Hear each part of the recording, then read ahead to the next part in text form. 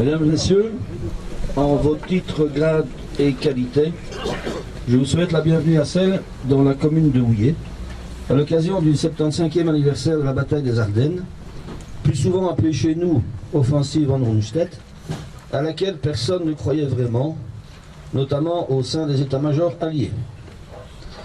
Chacun sait à présent que dès l'été 1944, l'objectif avoué d'Hitler était de s'emparer du port d'Anvers afin de retarder la progression des armées alliées. Pour cela, il lui fallait prendre les ponts sur la Meuse, barrière naturelle entre les Ardennes et la Flandre, de préférence du côté d'Andenne et de Huy. Fort de son expérience de 1940, qui avait vu son armée traverser la Belgique en un temps record, Hitler était sûr de lui. C'était sans compter sur la résistance américaine du côté de Bastogne. Le 16 décembre, Hitler lance donc la bataille des Ardennes. Le 23 décembre, les Américains tiennent marche en Famenne et empêchent l'accès au plateau du Condro.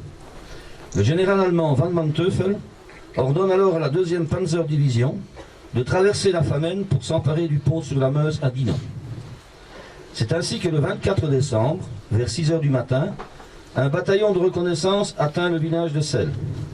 Alors qu'il arrive au carrefour principal, c'est-à-dire ici, ça n'a pas bougé, le char de tête, celui-là même qui est derrière moi, saute sur une mine.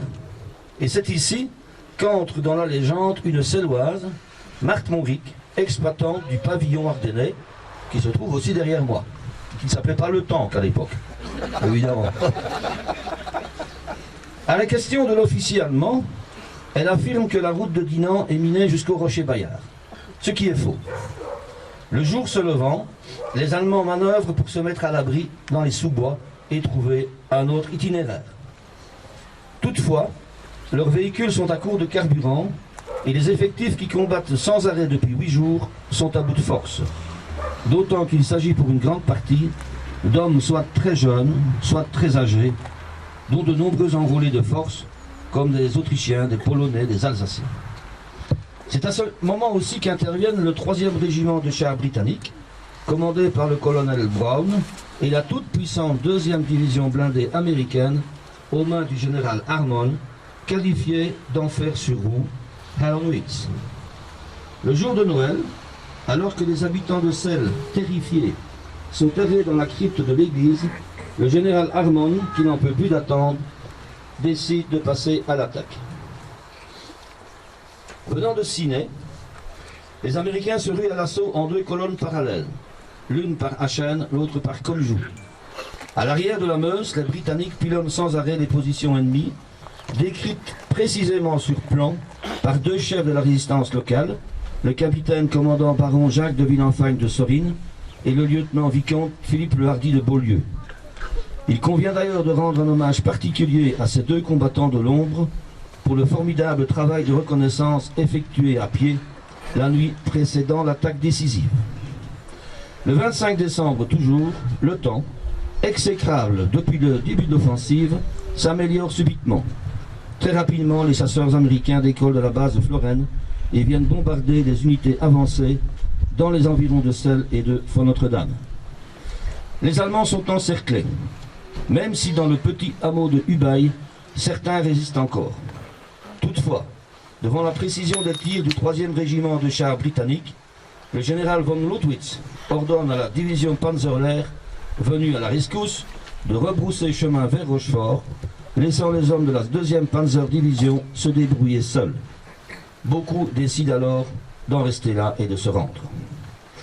Dans ce qu'on a appelé par après la réduction de la poche de Celles, ou encore la bataille du Saillant, de Battle of the Bugle, les Américains détruiront ou captureront pas moins de 82 chars, 83 pièces anti-chars et pièces d'artillerie, et plus de 500 véhicules de tout type.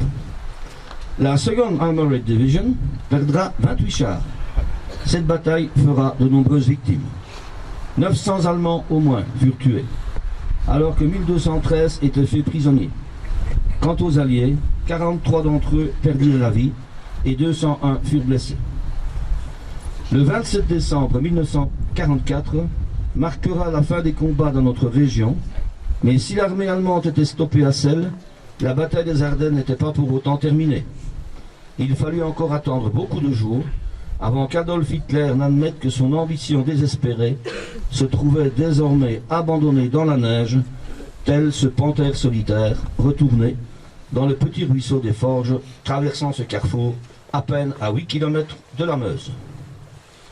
Ici à Celles, on tient à rendre un vibrant hommage à la 2e division blindée américaine et au 3e régiment de chars britanniques, dont les actions menées à la Noël 44 auront été décisives pour la suite de la guerre. On ose en effet imaginer ce qui aurait pu se produire si les Allemands étaient parvenus à prendre Dinant et atteindre Anvers. Merci à tous pour votre présence aujourd'hui et à tous ceux qui ont collaboré à la mise en œuvre de ce 75e anniversaire, 3/4 de siècle, la commune de Houillet et son service des travaux, l'office du tourisme de la commune de Houillet, la 101e Airborne, l'historien local Jean-Michel Delvaux et ceux qui ont repeint le tank, la troupe Épofort, la fanfare royale d'Assès, les enseignantes et les enfants de l'école communale, l'association Tourisme et Culture de Celles, sans oublier les habitants du village pour leur implication dans le spectacle son et lumière grandiose, qui s'annonce grandiose en tout cas, de ce soir, ainsi que nos sponsors. Enfin, je voudrais aussi profiter de ce 75e anniversaire pour remettre à l'honneur Marthe Monric. Adulée par la presse d'après-guerre, félicitée en personne par le maréchal Montgomery, elle fut par la suite maintes fois décriée. Personnellement, je pense qu'elle croyait dur comme fer en son mensonge. Et en tout cas, ce qui est certain, c'est que c'est grâce à elle que notre village, labellisé parmi les plus beaux villages de Wallonie, possède depuis 75 ans un précieux vestige de la bataille des Ardennes, devenu monument historique incontournable de notre belle région de Famenne, Condro, Ourthe et Lès. Je vous remercie. Erion Kruya, attaché politique de l'ambassade américaine à Bruxelles, va maintenant déposer une fleur au nom des États-Unis.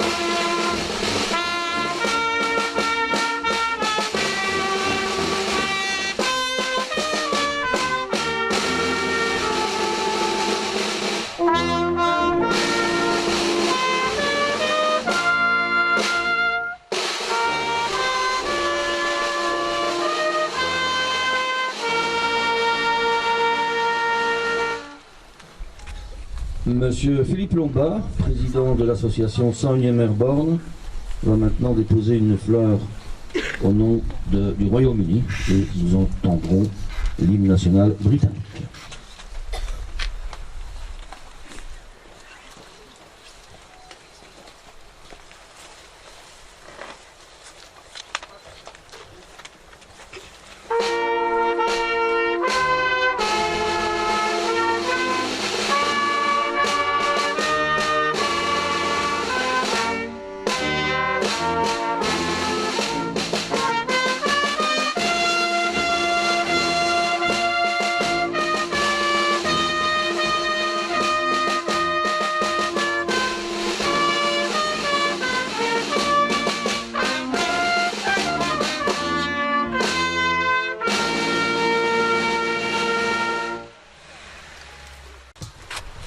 Le colonel Bruno Smets, commandant militaire de la province de Namur, va lui déposer une fleur au nom de la Belgique et nous écouterons bien entendu la Brabançon.